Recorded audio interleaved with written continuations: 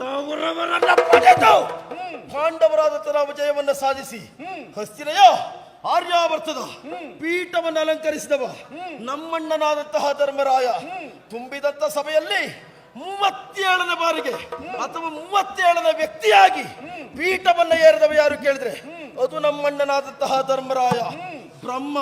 ಬ್ರಹ್ಮನಿಂದ ಅತ್ರಿಯಿಂದ ಚಂದ್ರ, ಚಂದ್ರನಿಂದ ಬುಧನಿಂದ ಪುರೂರವನಿಂದ ಆಯುವಿನಿಂದ ನಹುಷನಿಂದ ಯಯಾತಿಯಿಂದ ಪುರುವಿನಿಂದ ಜನಮೇಜಯನಿಂದ ಪ್ರಾಚೀನ್ವಂತನಿಂದ ಶರ್ಯಾತಿಯಿಂದ ಅಹಂಪಾತಿಯಿಂದ ಸರ್ವಭೌಮನಿಂದ ಜಯತ್ಸೇನನಿಂದ ಅಪರಾಜಿತನಿಂದ ಮಹಾಭೌಮನಿಂದ ಆಯುತನಾಯಿಯಿಂದ ಆಕ್ರೋಧನಿಂದ ದೇವಾತೀತನಿಂದ ರಚನಿಂದ ಮುನಿನಾರನಿಂದ ತಂಸುವಿನಿಂದ ಇಲಲನಿಂದ ದುಷ್ಯಂತನಿಂದ ಭರತನಿಂದ ವಿಮನ್ಯುವಿಂದ ಹಸ್ತಿಯಿಂದ ವಿಕುಂಠನಿಂದ ಅಜಮಿಡನಿಂದ ಸಂವರ್ಣನಿಂದ ಕುರುವಿನಿಂದ ವಿಡುರಥನಿಂದ ಭೀಮನುವಿಂದ ಪರೀಕ್ಷಿತನಿಂದ ಪ್ರತೀಪನಿಂದ ಶಂತನುವಿಂದ ವಿಚಿತ್ರವೀರ್ಯನಿಂದ ಪಾಂಡುವಿನ ನಂತರದಲ್ಲಿ ಮೂರ್ತಾಭಿಷಿಕ್ತನಾದವ ನಮ್ಮಣ್ಣನಾದಂತಹ ಧರ್ಮರಾಯ. 35 ಆಯ್ತಲ್ಲ, 37 ಆಗಿಲ್ಲಲ್ಲ. ಯಾರು ಹೇಳಿದ್ದು? ನಾನು ಲೆಕ್ಕ ಮಾಡ್ತಾನೆ ಇದ್ದೇನೆ. ಹಾಗಾದ್ರೆ ಇನ್ನೊಮ್ಮೆ ಬೇಕಾದ್ರೆ ಹೇಳಿ, ಲೆಕ್ಕ ಮಾಡ್ತಾ. ಅಲ್ಲ, ಈಗ ಬಿಟ್ಟದ್ದು ಯಾವ್ದಾದ್ರೆ ನೀನು ಹೇಳು ನೋಡುವ. ನಾನು ಬಿಟ್ಟರೆ ಹಂಗೆ ಹೇಳುವುದಿಲ್ಲ. ನನಗೆ ಎಷ್ಟು ಬೇಕೋ ಅಷ್ಟೇ ಹೇಳೋ ಅಭ್ಯಾಸ. ನಾನು ಬೇಡದೆ ಹೇಳಿದ್ದೇನೆ ಅಂತ ನಿನಗೆ ಯಾರು ಹೇಳಿದ್ದು? ನನಗೆ ಬೇಡ ಇಲ್ಲ. ಯಾವುದು? ಯಾಕೆ ಗೊತ್ತುಂಟಾ, ನೀನು ಒಂದೇ ವಂಶದಲ್ಲಿ ಇದ್ದವರು ಮತ್ತೆ ನನಗೆ ಯಾಕೆ ಹೇಳುದಲ್ಲ? ಈಗ ನಿನಗೆ ತಡಿ 18 ದಿನದ ಯುದ್ಧದ ವಿಷಯ ಮಾತ್ರ ಪ್ರಧಾನ ಬಿಟ್ರೆ ಹುಟ್ಟಿನಿಂದ ಆವತ್ತಿನಿಂದ ಇವತ್ತಿನ ವಿಷಯ ಪ್ರಧಾನ ಅಲ್ಲ. ಮಹಾಭಾರತ ಹವವನ್ನ ಗೆದ್ದಿದ್ದಾರೆ ಎಂಬಂತ ಪ್ರಶ್ನೆಗೆ ಉತ್ತರವಾಗಿ ನಮ್ಮ ಹೋರಾಟ ಬಿಟ್ರೆ ಬದುಕಿನಲ್ಲಿ ಏನಾಯ್ತು ಅಂತ ಹೋರಾಟ ಅಲ್ಲ. ಗೊತ್ತಾಯ್ತು? ಬೇಕಷ್ಟನ್ನ ಮಾತ್ರ ಆಡು, ಬೇಡದೆ ಇದ್ದನ್ನ ಬಿಡು. ನಾನು ಅದಕ್ಕೆ ಹೂ ಹಾಕ್ಲಿಕ್ಕೂ ಜನ ಅಲ್ಲ. ಮತ್ತೆ ನಿನ್ನದ್ದು ಮುಗೀತಾ? ನನ್ನದು ಇಷ್ಟ ಇರುವುದು. ಮತ್ತೆ ನಿನ್ನ ಮನಸ್ಥಿತಿಗೆ ಅರ್ಥ ಹೇಳುವುದಕ್ಕೆ ನಾನು ಜನ ಅಲ್ಲ. ತಡಿ ಅರ್ಥ ಅಂದ್ರೆ ಒಂದು ಕ್ಷಣ. ಅರ್ಥ ಎಂತದ್ದು ಕೇಳಿದ್ರೆ, ನನ್ನ ಮನಸ್ಥಿತಿಗೆ ನಾನು ಬಳಸುವ ಶಬ್ದ, ನನ್ನ ಮನಸ್ಥಿತಿಯ ಅರ್ಥವನ್ನ ನಿನ್ನ ಮನಸ್ಥಿತಿಯಲ್ಲಿ ನೀನು ಹುಡುಕುವ ಶಬ್ದಾರ್ಥಕ್ಕೆ ಕೊಡುವವ ನಾನಲ್ಲ. ನೀನು ಬಯಸಿದ್ದು ನಾನು ಕೊಡುವುದಿದ್ರೆ ನಾನು ಬಯಸಿದ್ದು ನೀನು ಕೊಟ್ಟಿದ್ಯಾ? ತುಂಬಿ ತಡಿ. ನನ್ನ ಸಂದರ್ಭದಲ್ಲಿ ನಿನಗೆ ಮಾತಾಡುವ ಅಧಿಕಾರ ಇಲ್ಲ. ನೀನು ಅಲ್ಲ ಸಲ್ಲದಲ್ಲಿ ಮಾತಾಡಬೇಕಾದ ಅನಿವಾರ್ಯತೆ ಇಲ್ಲ. ನನಗೆ ಎಲ್ಲಿ ಮಾತಾಡಬೇಕು, ಎಷ್ಟು ಮಾತಾಡಬೇಕು, ಏನ್ ಮಾತಾಡಬೇಕೆನ್ನುವುದು ನಿನಗಿಂತ ಪೂರ್ವದಲ್ಲಿ ಹುಟ್ಟಿದ ವ್ಯಾಸರೇ ಪಾಂಡವರಲ್ಲಿ ಶ್ರೇಷ್ಠ ಅಂತ ಒಪ್ಪಿದ ಭೀಮಸೇನನಿಗೆ ನನ್ನಿಂದ ಕೊನೆಯದಾಗಿ ಹುಟ್ಟಿದ ನಿನ್ನಿಂದ ತಿಳಿಯಬೇಕಾದ ಅನಿವಾರ್ಯತೆ ಇಲ್ಲ, ಅಗತ್ಯತೆ ಇಲ್ಲ. ನಿನ್ನ ಸಂದರ್ಭ ಬಂದಾಗ ನೀನು ಮಾತಾಡು. ಇದು ನನ್ನ ಸ್ವತಂತ್ರ ಸಂದರ್ಭ. ನಿನಗೆ ಇಷ್ಟ ಇದ್ರೆ ಕೇಳು. ನೀನು ಕೇಳಬೇಕು ಅಂತ ನಾನು ಹೇಳುವುದಲ್ಲ. ನನ್ನ ಮಾತು ಕೇಳದೇ ಇದ್ದದ್ರಿಂದ, ನಿನ್ನ ಮಾತು ನಾನು ಕೇಳದೇ ಇದ್ದದ್ರಿಂದ ರಣಕ್ಷೇತ್ರದಲ್ಲಿ ಇಬ್ಬರು ಯುದ್ಧಕ್ಕೆ ಬೇಕಾಗಿ ನಿಂತವರು. ಈಗ ನನ್ನ ಸಂದರ್ಭದಲ್ಲಿ ನಾನಾಡುವುದನ್ನು ಆಡುವುದಕ್ಕೆ ಇದ್ದವ, ನಿನಗೆ ಬೇಕಾದದನ್ನು ಆಡುವುದಕ್ಕಿದ್ದವ ನಾನಲ್ಲ. ನೋಡು, ಹೇಳು.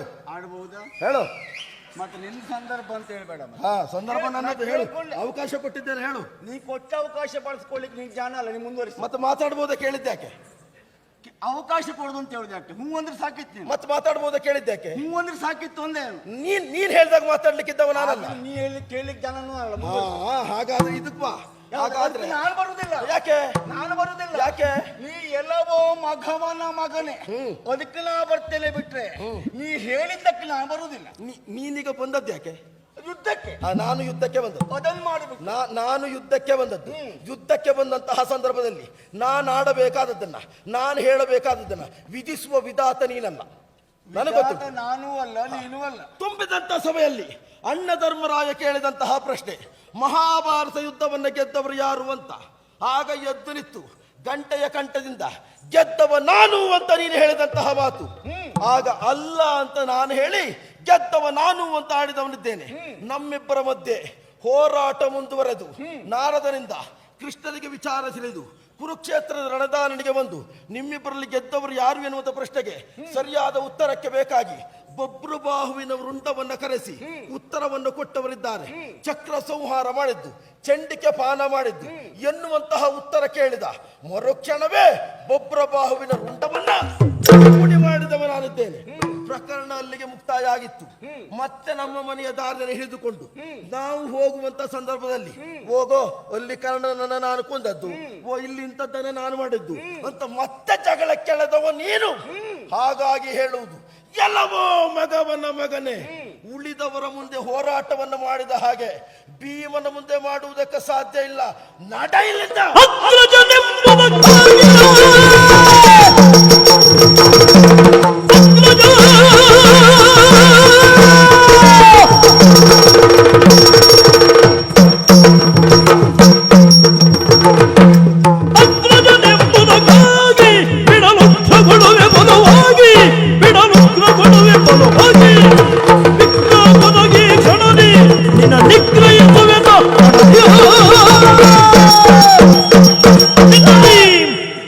ಇಷ್ಟು ಹೊತ್ತು ಸೂ ಹಾಕಿದೆ ಯಾಕೆ? ಅಗ್ರಜ ಎಂಬುದಕ್ಕಾಗಿ ಅಷ್ಟೇ ಬಿಟ್ಟು ಮತ್ಯಾವ ಕಾರಣಕ್ಕಾಗಿಯೂ ಅಲ್ಲವೇ ಅಲ್ಲ. ನೋಡು, ನಾನು ಈಗಲೂ ಹೇಳುವ ಮಾತು ಅದೇ, ಮಹಾಭಾರತ ಹವವನ್ನ ಗೆದ್ದಿದ್ದು ನಾಳೆ, ಕೌರವರನ್ನು ಕೊಂದಿದ್ದು ನೀನಾಗಿರಬಹುದು. ನಾನಲ್ಲ ಅಂತ ಹೇಳುವುದೇ ಇಲ್ಲ. 100 ಮಂದಿ ಕೌರವರನ್ನು ಕೊಂದಿದ್ದೀಯ ನೀನು, ಆ ಬಗ್ಗೆ ನನಗೆ ವಿವರಣೆ ಬೇಡ. ಮತ್ತೆ ಹಾಗಿದ್ರೆ ಮಹಾಭಾರತ ಹವವನ್ನ ಗೆದ್ದಿದ್ದು ನಾನಾದ್ರಿಂದ ಈಗಲೂ ಅದನ್ನು ನೀನು ಒಪ್ಪಿಕೊಂಡ್ರೆ ನಿನ್ನಲ್ಲಿ ಬಿಡ್ತೇನೆ, ಅದನ್ನು ಬಿಡುವುದಿಲ್ಲ ನಾನು.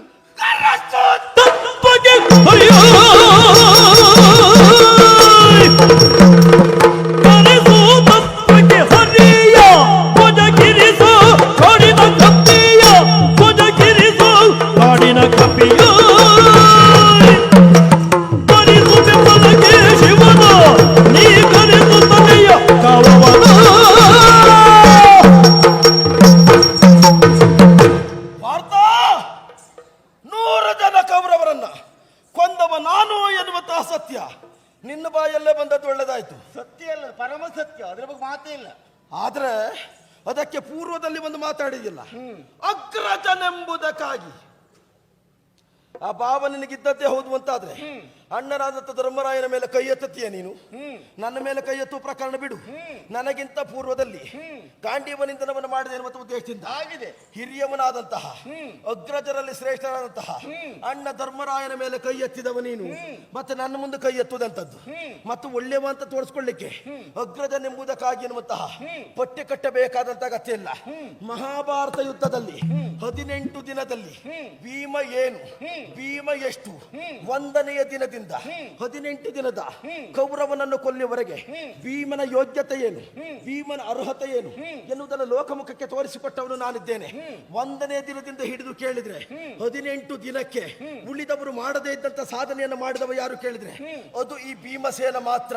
ಅಲ್ಲದೇ ಇದ್ರೆ ಭಗದತ್ತ ಬಿಟ್ಟಂತಹ ವೈಷ್ಣವಾಸ್ತ್ರಕ್ಕೆ ಕೃಷ್ಣ ಎದೆ ಕೊಡದಿದ್ರೆ ಅವನೊಡನೆ ಪೂರ್ವದಲ್ಲಿ ಹೋರಾಟವನ್ನು ಮಾಡುವಾಗ ಸೋಲನ್ನ ಕಂಡವನೇನಿದ್ದೀಯ ಅಲ್ಲ ಅಂತ ಆದ್ರೆ ಅರಗಿನ ಆಲಯದಲ್ಲಿ ನಿಮ್ಮನ್ನು ನಾನು ರಕ್ಷಿಸಲಿಲ್ಲ ಅಂತ ಆದ್ರೆ ಅದರ ಮುಂದಿನ ನಿನ್ನ ಎಲ್ಲಾ ಪ್ರಕರಣ ನೀ ಏನೇ ಹೇಳು, ನಾನು ಕೋಣನ ಮುಂದೆ ಕಿನ್ನರಿ ಬಾರಿಸ್ಲಿಕ್ಕೆ ಇವತ್ತು ಹೋಗುದಿಲ್ಲ. ಹಾಗಾಗಿ ಇವತ್ತಿನ ಪ್ರಸಂಗ ನಿನ್ನ ಮುಂದೆ ನನ್ನದು ವಿವರಣೆಯೇ ಇಲ್ಲ. ಸಂದರ್ಭಕ್ಕಾಗಿ ಇನ್ನೊಂದು ದಿವಸ ನಾನು ಕಾಯ್ತೇನೆ. ಸರಿಯಾದ ವಿವರಣೆಯನ್ನ ಕೊಟ್ಟೇ ಕೊಡುವುದಕ್ಕೆ ಭೀಮ ಸಿದ್ಧನಿದ್ದಾನೆ ಎನ್ನುವುದನ್ನ ನೀನು ಮರೆಯಬೇಕು. ಅಗತ್ಯ ಇಲ್ಲ. ಇಂಥ ಸಂದರ್ಭ ಎಲ್ಲ ಬರುವುದಿಲ್ವಾ? ಅಲ್ಲ, ಬಂದ್ರೆ ಬರ್ತದೆ, ಬರುವುದಿಲ್ಲ ಎನ್ನುವುದಕ್ಕೆ ನಾನು ನೋಡ್ಕೊಳ್ತೇನೆ. ನಾನು ಜೀವಂತ ಇದ್ದೇನೆ, ನೀನು ಜೀವಂತ ಇದ್ದೀಯಾ. ಯಾವತ್ತು ಯುದ್ಧ ಮಾಡ್ತಾ ಇರುವುದು ಅಂತ ಹೇಳುದು ನೀನು? ನೋಡ್ವಾ, ನೀನು ಸರಿಯಾಗುವಲ್ಲಿವರೆಗೆ ಯುದ್ಧ ಮಾಡ್ತಲೇ ಇರುವುದು. ನೀನು ಸರಿ ಇದ್ದೆ ಅಂತ. ನಾನು ಸರಿ ಇದ್ದೇನೆ, ನೀನು ಸರಿಯಾಗುವಲ್ಲಿವರೆಗೆ ಯುದ್ಧ ಉಂಟು. ನೀನು ಯಾವತ್ತು ಸರಿಯಾಗಿ ಬರ್ತೀಯೋ ಅವತ್ತು ಯುದ್ಧ ಇಲ್ಲ. ಹಾಗಾಗಿ ಹೇಳುವುದು, ಇದುವರೆಗೆ ಪಾರ್ಥನ ಜಯ ಎಲ್ಲಿಯವರೆಗೆ ವಿಜೃಂಭಿಸುವುದೆಲ್ಲಿ ಕೇಳಿದ್ರೆ ಕೃಷ್ಣನ ಸಾರಥ್ಯದಿಂದ ನಿನ್ನಲ್ಲಿ ಕೃಷ್ಣ ಇದ್ದಾನೆ ಎನ್ನುವುದನ್ನು ಹೇಳಿಕೊಳ್ಳುವುದರ ತನ್ಮೂಲಕವಾಗಿ ನಿನಗೆ ಬರುವಂತ ಎಲ್ಲ ಅಪಾಯವನ್ನು ತಪ್ಪಿಸಿ ನಿನ್ನನ್ನು ಗೆಲುವಿನ ದಾರಿಯನ್ನು ಹಿಡಿಸಿದವ ಯಾರು ಕೇಳಿದ್ರೆ ಆ ಕೃಷ್ಣ. ಇವತ್ತಿನ ಯುದ್ಧದಲ್ಲಿ ನಿನಗೆ ನನ್ನಿಂದ ಜಯ ಆಗಬೇಕು ಅಂತಾದ್ರೆ ಕರೆಸು ಯುದ್ಧಕ್ಕೆ. ನಿನ್ನ ಸಾರಥಿಯ ಸ್ಥಾನದಲ್ಲಿ, ಸೂತನ ಸ್ಥಾನದಲ್ಲಿ ಕುಳಿತುಕೊಳ್ಳುವುದಕ್ಕೆ ಆ ಹರಿಯನ್ನ ಕರೆದುಕೊಂಡು ಬಾ. ಚೇತನ ರೂಪಿಯಾಗಿ ಆ ಕಪಿಯನ್ನ ಇರಿಸು. ಅದಲ್ಲ, ಇವತ್ತು ನಿನ್ನ ಇತಿಶ್ರೀ ಹಾಡ್ತೇನೆ. ಯಾರನ್ನು ಕರಿಬೇಕು? ಹರಿಯನ್ನ ಕರಿಬೇಕು. ಹರಿಯನ್ನ ನರ ಕುರಿಯನ್ನು ಗೆಲ್ಲಲೇಕೆ,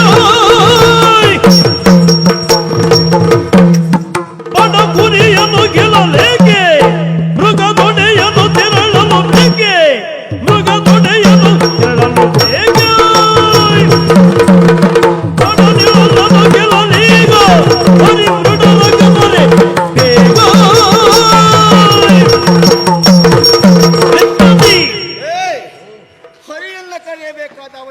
ಇಲ್ಲವೇ ಇಲ್ಲ.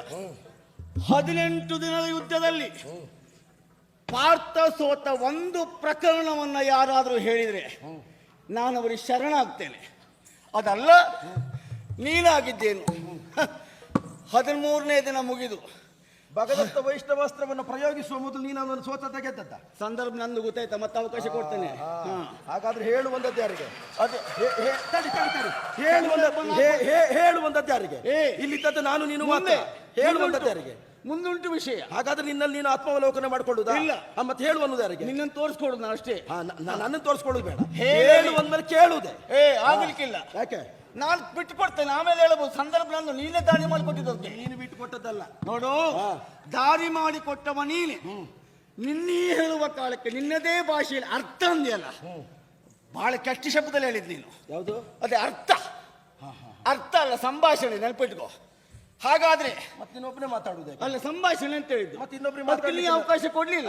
ತಡಿ. ಅದಕ್ಕೆ ನೀ ನಾನು ಉಂಟು, ಅದಕ್ಕೆ ನೀ ಅವಕಾಶ ಕೊಡ್ಲಿಲ್ಲ. ಅವಕಾಶ ಕೊಡ್ಲಿಕ್ಕೆ ನಾನು ಸಂದರ್ಭ ಇದು, ನಾನು ಆಡಬೇಕು ಅಂತ ಹೇಳಿದವ ನೀನಲ್ವಾ? ನೀವೊಂದು ಕೆಲಸ ಮಾಡು. ಪ್ರಥಮ ಹೇಳಿದ್ಯಾ ನಾನು, ನೀನು ಒಂದು ಕೆಲಸ ಮಾಡು. ಪ್ರಥಮ ಹೇಳಿದ್ ನಾನು, ನೀನು. ತಡಿ. ನೀನು ಮಾತು ಪ್ರಾರಂಭ ಮಾಡುವ ಮೊದಲು ಇದು ಭಾಷಣ ಸಂಭಾಷಣೆ ಅಂತ ಹೇಳಿ ಪ್ರಾರಂಭ ಮಾಡು. ಅದು ನೀ ಸಂಭಾಷಣೆ ಆದ್ರೆ ನಾನು ಮಧ್ಯೆ ಮಾತಾಡ್ತೇನೆ, ಭಾಷಣ ಆದ್ರೆ ಮಾತಾಡುದು. ಅದು ನೀ ಹೇಳ್ಬೇಕು. ಯಾಕೆ? ಮೊದಲು ಹೇಳಿದ್ದು ನೀನು, ಇದು ಪ್ರಾಮಾಣಿಕವಾಗಿ ನಮ್ಮಿಬ್ಬರ ಮಧ್ಯದಲ್ಲಿ. ಆಮೇಲೆ ಹೇಳಿದ್ದು ನಾನು.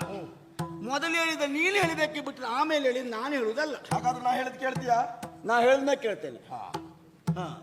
ಹಾಗೆ ನೀ ಹೇಳಿದ್ದಕ್ಕೆಲ್ಲ ಹೂ ಹಾಕ್ಲಿಕ್ಕೆ ಇರೋ ಜನ ಅಲ್ಲ ನಾನು. ಅದರಿಂದ ಯುದ್ಧ ಮಾಡುವುದಿಲ್ಲವಾಗಿತ್ತು. ಹಾಗೆ 14ನೇ ದಿನ ಅದೇ ಭಗದತ್ತನ ಆನೆ ಅಡಿಯಲ್ಲಿ ಸಿಲುಕಿ, ಅಂದ್ರೆ ಸುಪ್ರತೀಕ ಎಂಬಂತ ಆನೆ ಅಡಿಯಲ್ಲಿ ಸಿಲುಕಿ ಒದ್ದಾಡಿದವ ಯಾರು? ಆನೆ ಬೇಡ, ಉತ್ತರ ಬೇಡ, ಉತ್ತರ ಮತ್ತೆ ಕೊಡ್ಬೋದು. ಒದ್ದಾಡಿದವ ಯಾರು? ಇದೇ ಭೀಮಸೇನ. ನನ್ನದು ಉತ್ತರ ಉಂಟಾ? ಇದೇ ಭೀಮಸೇನ. ಆ ಬಳಿಕ ಕರ್ಣನಿಂದಾಗಿ ಸಾಯುವ ಹಂತಕ್ಕೆ ತಲುಪಿದವ ಇದೇ ಭೀಮಸೇನ. ಸೋಲಿನ ಮೇಲೆ ಸೋಲು, ಸೋಲಿನ ಮೇಲೆ ಸೋಲು ಬೇಡ. ವೃಷಸೇನ ಅವನೊಟ್ಟಿಗೆ ಹೋರಾಟ ಮಾಡುವ ಕಾಲಕ್ಕೂ ಮಣ್ಣು ಕಚ್ಚಿದವ ಇದೇ ಭೀಮಸೇನ. ಆಮೇಲೆ ಗದಾ ಯುದ್ಧದ ಪ್ರಕರಣ, ಆವಾಗ ಕೌರವನಿಂದ ಹೊಡೆತ ತಿಂದು ಬಿದ್ದಿದ್ದು ಇದೇ ಭೀಮಸೇನ. ಹಾಗಿದ್ರೆ ಅದೆಲ್ಲ ಪ್ರಕರಣದಲ್ಲಿ ನೀ ಹೇಳದಿಲ್ಲ, ನಿನ್ನೊಟ್ಟಿಗೆ ಕೃಷ್ಣ ಇದ್ದ ಕಾರಣಕ್ಕಾಗಿ ನನಗೆ ಗೆಲುವಾಯಿತು ಎಂಬುದಾಗಿ. ಹಾಗಿದ್ರೆ ವೃಷಸೇನ ಕಾಳಗದಲ್ಲಿ ನಿನ್ನನ್ನು ಗೆಲ್ಲಿಸಿದ್ದು ಅಥವಾ ನಿನ್ನನ್ನು ಬದುಕಿಸಿದ್ದು ಕೃಷ್ಣ. ಗದಾಯುದ್ಧ ಪ್ರಕರಣದಲ್ಲಿ ನಿನ್ನನ್ನು ಬದುಕಿದ್ದು ಕೃಷ್ಣ. ಕೃಷ್ಣ ಎಂಬಂತ ಶಕ್ತಿ ಅಥವಾ ವ್ಯಕ್ತಿ ಇಡೀ ಪಾಂಡವರಿಗಿದ್ದಾನೆ ಬಿಟ್ಟರೆ ಪಾರ್ಥನಿಗೆ ಒಬ್ಬನಿಗೆ ಅಲ್ಲವೇ ಅಲ್ಲ. ಮತ್ತೆ ಇನ್ನೂ ಕೇಳು, ಅರಗಿನ ಆಲಯದಲ್ಲಿ ಬದುಕಿಸದೇ ಇದ್ರೆ ನಿಮ್ಮ ಕತೆ ಏನಾಗ್ತಾ ಇತ್ತು ಅಂತ. ಆ ಪ್ರಕರಣ ಬೇಡ. ಅದಕ್ಕೂ ಮುಂದೆ ತುಂಬ ಮಂದೆ ಆಗಿದೆ. ನಮಗೆ ಬೇಕಾದ ಪ್ರಕರಣ 18 ದಿನದ ಯುದ್ಧದ ಪ್ರಕರಣ ಮಾತ್ರ. ಅದಕ್ಕೂ ಹಿಂದೇನಾಗಿದೆ ಬೇಡ, ಮುಂದೇನಾಗುತ್ತದೆ ಯೋಚನೆಯೂ ನನಗೆ ಖಂಡಿತ ಇಲ್ಲವೂ ಇಲ್ಲ. ಆದರೆ ಹಿಂದೇನು ಅಂತ ತೋರಿಸ್ಕೊಡ್ಬೇಕು ಅಂತ ನಾನು ಇದ್ದವ, ನೀನೊಬ್ಬನೇ ಅಲ್ಲವೇ ಅಲ್ಲ. ನೋಡು, ಇನ್ನೂ ಹೇಳಬೇಕು ಅಂತಾದ್ರೆ ನರಕುರಿಯನ್ನು ಗೆಲ್ಲಲೇಕೆ? ನನ್ನ ಪಾಲಿಗೆ ನೀನೊಬ್ಬ ನರಕುರಿ. ನೀನೇನು ವ್ಯಾಸರ ಆಡಿದ ಒಂದು ಮಾತು ನೆನಪಿಟ್ಕೋ. ಬದರಿಕಾಶ್ರಮದಲ್ಲಿ ವನವಾಸದಲ್ಲಿ ಕಾಲ ಕಳೆಯುತ್ತಿರುವ ಕಾಲದಲ್ಲಿ ನನ್ನಣ್ಣ ಧರ್ಮರಾಯ ತಿಂತಾಕಂತನಾಗಿ ಕುಳಿತಿರುವ ಕಾಲಕ್ಕೆ ವ್ಯಾಸರು ಬಂದು ಏನು ಚಿಂತೆ ಮಾಡ್ತೆ ಅಂತ ಕೇಳಿದ್ರಂತೆ. ಆವಾಗ ಅಣ್ಣ ಧರ್ಮರಾಯ ಆಡಿದ ಮಾತು, ಒಮ್ಮೆ ಯುದ್ಧ ಸಂಘಟನೆಯಾದರೆ ಎಲ್ಲರನ್ನೂ ಗೆಲ್ಲಬಹುದು, ಕರುಣನನ್ನ ಗೆಲ್ಲುವುದು ಹೇಗೆ ಅಂತ. ಅಂದ್ರೆ ಅಣ್ಣನಿಗೂ ಇದ್ದ ಸಮಸ್ಯೆ. ಆಮೇಲೆ ವ್ಯಾಸರು ಹೇಳಿದ್ರಂತೆ, ಸತ್ಯವಾದ ವಿಷಯ ಅದು, ಕರುಣನ ಗೆಲ್ಲುವುದು ಸುಲಭ ಅಲ್ಲ, ಉಳಿದವರನ್ನೆಲ್ಲ ಗೆಲ್ಲಬಹುದು ನೀವು. ಕರುಣನ ಗೆಲ್ಲಬೇಕು ಅಂತಾದರೆ ಪಾರ್ಥ ಮುಂದಾಗಬೇಕು ಎಂಬುದಾಗಿ ಹೇಳಿದ ಮೇಲೆ ಅಣ್ಣ ನನಗೆ ಆಜ್ಞೆ ಮಾಡಿ ವ್ಯಾಸರ ಅನುಗ್ರಹ ಪಡೆದು ನಾನು ಶಿವನ ತಪಸ್ಸಿಗಾಗಿ ಹೋಗಿ ಅಸ್ತ್ರವನ್ನು ಪಡೆದೆ, ಪಾರ್ವತಿಯನ್ನೇ ಮೆಚ್ಚಿಸಿಕೊಂಡೆ. ಆ ಮೂಲಕ ಕರ್ಣನನ್ನು ಕೊಂದೆ. ಅಂದರೆ ಕರ್ಣನನ್ನು ಕೊಲ್ಲುವುದಕ್ಕೆ ಪಾರ್ಥನೇ ಸಮರ್ಥ ಎಂಬುದಾಗಿ ಈ ಮೊದಲೇ ನಿರ್ಣಯ ಮಾಡಿದ್ದರಿಂದ ಮಹಾಭಾರತ ಹವವನ್ನು ಗೆದ್ದಿದ್ದು ನಾನು. ನಿನ್ನ ಕೈಲಿರುವಂಥ ಗದೆ ಹೇಗೆ ಬಂತು ನಿನಗೆ? ಅದು ನನ್ನ ಅನುಗ್ರಹ. ಅದು ನೀನು ನೆನಪಿಲ್ಲ ಬಹುಶಃ. ಕಾಂಡವನ ದಾನದ ಪ್ರಕ್ರಿಯೆಯೆಲ್ಲ ಮುಗಿದ ಬಳಿಕ ಅಗ್ನಿದೇವ ಪ್ರತ್ಯಕ್ಷನಾಗಿದ್ದಷ್ಟೇ ಅಲ್ಲ, ಅಲ್ಲೇ ಇರುವಂಥ ಮಯನೂ ಬಂದ. ಅವ ಕೊಟ್ಟಂಥ ಗದೆ ಇದು. ಯಾರಿಗೆ ಕೊಡಬೇಕು ಅಂತ ಯೋಚನೆ ಮಾಡಿದ್ರೆ ನಿಮಗೂ ಉಪಕಾರ ಆಗಲಿ ಅಂತ ಹೇಳಿದಾಗ ನಾನು ನಿಮ್ಮ ಹೆಸರು ಹೇಳಿದ್ದು, ನಿನ್ನ ಹೆಸರು ಹೇಳಿದ್ದು. ಭೀಮ ಯೋಗ್ಯ ಇದ್ದಾನೆ ಅಂತ. ಅಂದ್ರೆ ನನ್ನ ಅನುಗ್ರಹದಿಂದ ಅಥವಾ ನನ್ನ ಕರುಣೆಯಿಂದಲೇ ಪಡೆದಂತ ಗದೆಯ ಮೂಲಕವಾಗಿ ಕೌರವನ ತಲೆ ಹೊಡೆದಿದ್ದೆ ಬಿಟ್ರೆ ನೀನು ಮತ್ತೆ ನಿನ್ನ ಸ್ವಂತದ ಎಂಥದ್ದು ಇಲ್ಲ, ಗೊತ್ತಾಯ್ತಾ? ಇದನ್ನು ಅರ್ಥ ಮಾಡಿಕೋ. ನನಗೆ ಸೋಲು ನನ್ನ ಮುಗೀತು, ನಿಂದು ಹೇಳು. ಹಾ ಬಾ, ಅದಕ್ಕೆ ನಿಂದು ಮುಗಿಲಿ ಅಂತಲೇ ನಾನು ಕಾಯ್ತಾ ಇದ್ದದ್ದು. ಭಗದತ್ತನ ಆನೆಯಡಿ ಸಿಕ್ಕಿ ಬಿದ್ದದ್ದು ಅಂತ ಹೇಳಿದ್ಯಲ್ಲ, ಸಿಕ್ಕಿ ಬಿದ್ದದ್ದು ನಾನೇ. ಬಿದ್ದ ನಾನು ಎದ್ದುಕೊಂಡು ಅಂಜಲಿಕಾ ಎನ್ನುವಂತ ಪ್ರಯೋಗದಿಂದ ಆನೆಗೆ ಗಚಕುಳಿಯನ್ನ ಮಾಡಿ ಆನೆಯಿಂದ ಬಿಡಿಸ್ಕೊಂಡು ಬರ್ಲಿಕ್ಕೆ ಅರ್ಜುನನ ಸಹಾಯ ಅಲ್ಲ, ಭೀಮನ ಯೋಗ್ಯತೆಯಿಂದ ಆನೆಯನ್ನು ಬಿಡಿಸ್ಕೊಂಡು ಬಂದದ್ದು ಎನ್ನುವುದನ್ನು ನೀನು ತಿಳಿಯಬೇಕು. ವೃಷಸೇನಲ್ಲಿ ಹೋರಾಟವನ್ನು ಮಾಡುವಾಗ ಮಣ್ಣು ಕಚ್ಚಿದ್ದು ಅಂತ ಹೇಳಿದ್ರೆ ನೀನು ಉತ್ತರಾರ್ಧದ್ದು ಮಾತ್ರ ಯಾಕೆ ಹೇಳುದು, ಪೂರ್ವಾರ್ಧದ್ದು ಯಾಕೆ ಹೇಳುವುದಿಲ್ಲ?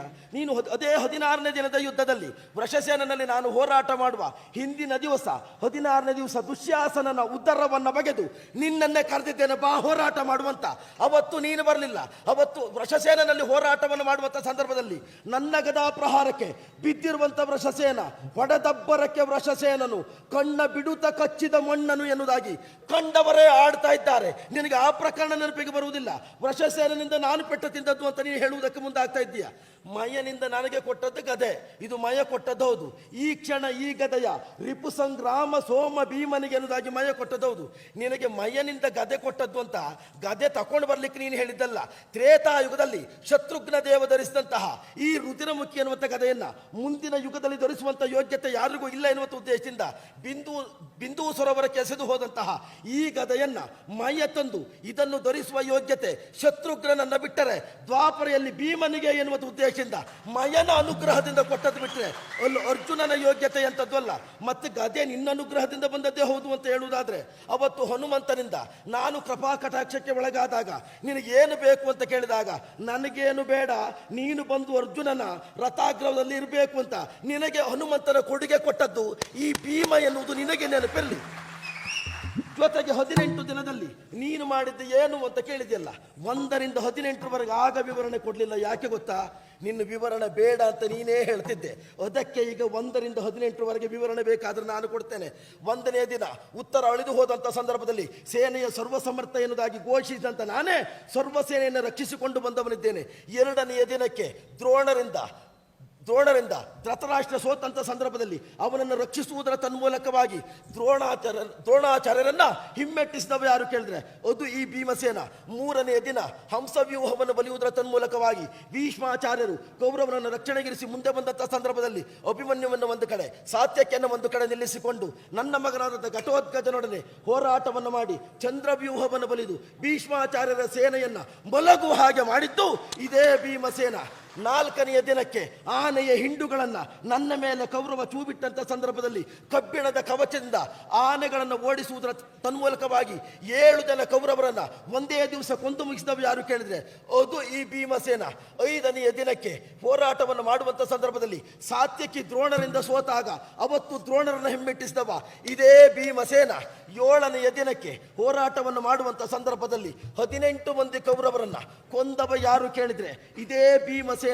9ನೆಯ ದಿನಕ್ಕೆ ಯುದ್ಧ ಮುಗಿದ ಮೇಲೆ ಕೃಷ್ಣನ ಸೂಚನೆಯಂತೆ ಭೀಷ್ಮರ ಶಿಬಿರವನ್ನು ಸೇರಿ ಮರಣದ ಗುಟ್ಟನ್ನು ತಿಳಿದು ಬಂದವರು ನಾವಿದ್ದೇವೆ.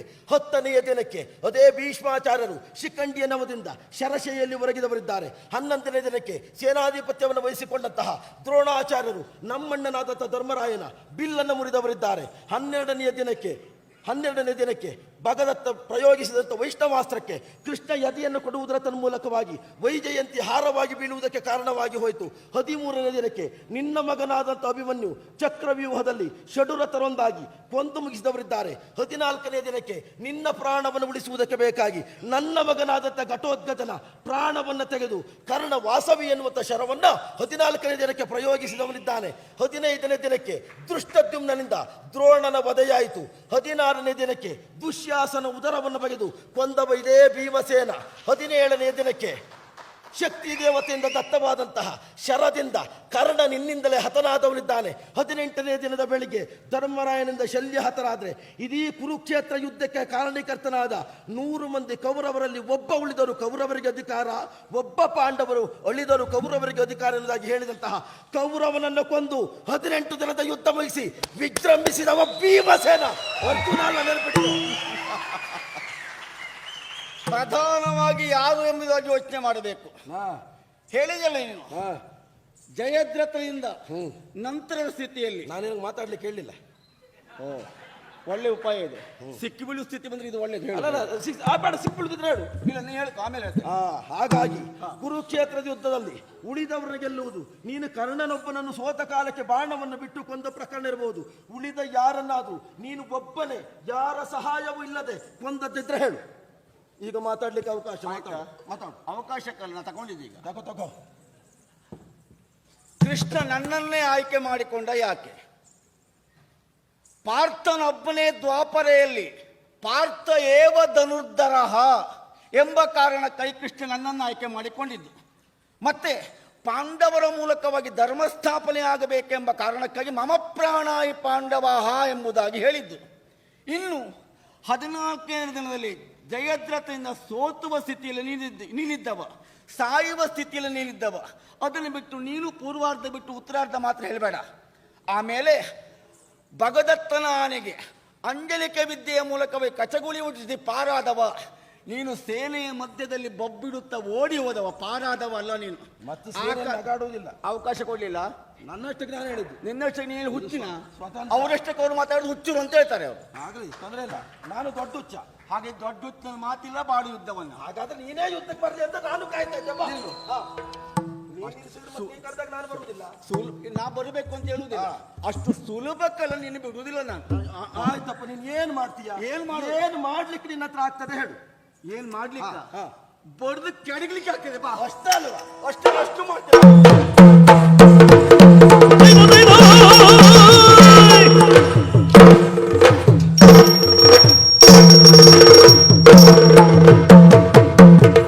ತರಿಗೆ ಮೂಚಿತನಾಗಿ ಮೈ ಮರೆದೊರಗಿಲು ಕಂಡು ಸುರಭನಂದನನಾಗ ಬಲರೇ ಮರುತ ಜಾತ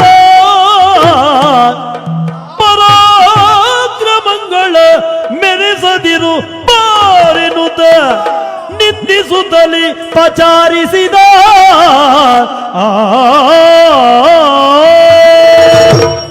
ಅರರಿರುವ ಕೋದರ ಗೆದ್ದು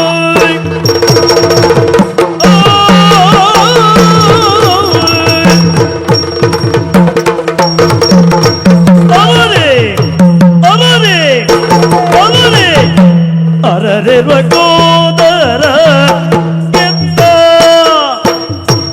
ಅರರೆ ಅರರೆ ಅರರೆ ಅರರೆ ರಕೋದರ ಗೆದ್ದ ಸಂಗರದಿ ಪರಾಕ್ರಮಿ ಕತ್ತ ಸಂಗರದಿ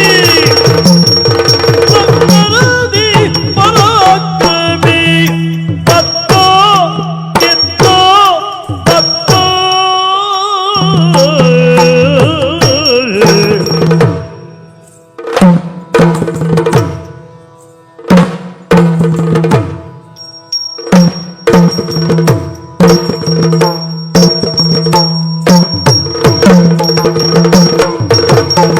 ತುರುಳ ಕೌರವನ ಸಂಹರಿಸಿ ವಿನಾಶನ ತುರುಳ ಕೌರವನ ಸಂಹರಿಸಿ ವಿನಾಶನ ಪುರಗಟ್ಟಿರುವ ಮಗಾ ಪುರವೀರನ ಏಕರೇ ಪುರಗಟ್ಟಿರುವ ಮಗಾ ಪುರವೀರನ ಏಕರೇ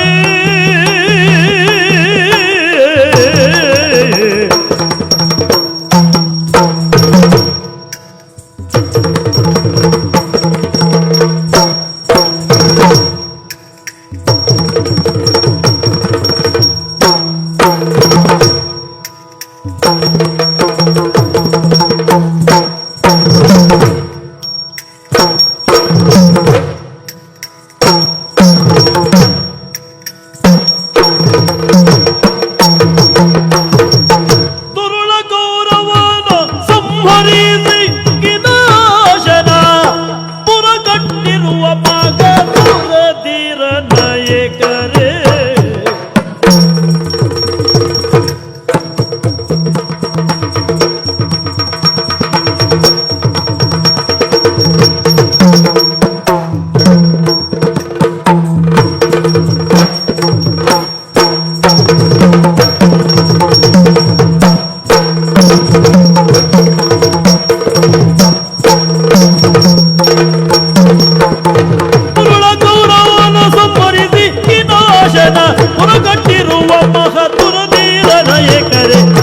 ಅರರಿರುವ ಕೋದರ ಗೆದ್ದು ಅರರಿರುವ ಕೋದರ ಗೆದ್ದು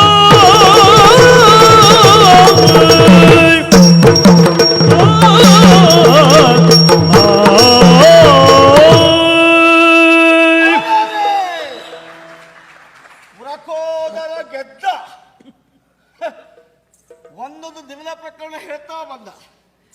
ಅವನಲ್ಲಿ ಕೊಂದೆ ಇವನಲ್ಲಿ ಕೊಂದೆ ಅಂತ ಬೆರಳೆಣಿಕೆಯ 10 ಮಂದಿಗೆ ಗೊತ್ತಿದ್ದರನ್ನು ಒಬ್ಬರಿಗೂ ಕೊಲ್ಲಿಲ್ಲ. ಸೇನೆಯ ಕೊನೆಯಲ್ಲಿದ್ದರದೆಲ್ಲ ಇವನೇ ಕೊಂದಿದ್ದೀವ. ಅದಲ್ಲದೆ ತಾನು ಹಾಗೆ ಮಾಡಿದ್ದೇನೆ ಹೀಗೆ ಮಾಡಿದ್ದೇನೆ ಹೇಳಿಕೊಳ್ಳೋದ್ರೊಟ್ಟಿಗೆ ಪ್ರತಿ ಉತ್ತರ ಕೊಡಬೇಕು ಅಂತ ಮುಂದಾದರೆ ಕಾಲದಲ್ಲಿ ಯುದ್ಧ ಮಾಡ್ತೇನೆ, ನೀ ಹೇಳಿದಾಗ ಯುದ್ಧಕ್ಕೆ ಬರುವುದಿಲ್ಲ ಅಂತ ಹೇಳ್ತಾನೆ. ಅಂದರೆ ಹೇಗಾದರೂ ಮಾಡಿ ಎಳೆಯುವ ಯೋಚನೆ ಇವನಿದು. ಅದಕ್ಕೆ ನಾನು ಅವಕಾಶ ಕೊಡ್ತೇನೆ ಅವನಿಗೆ.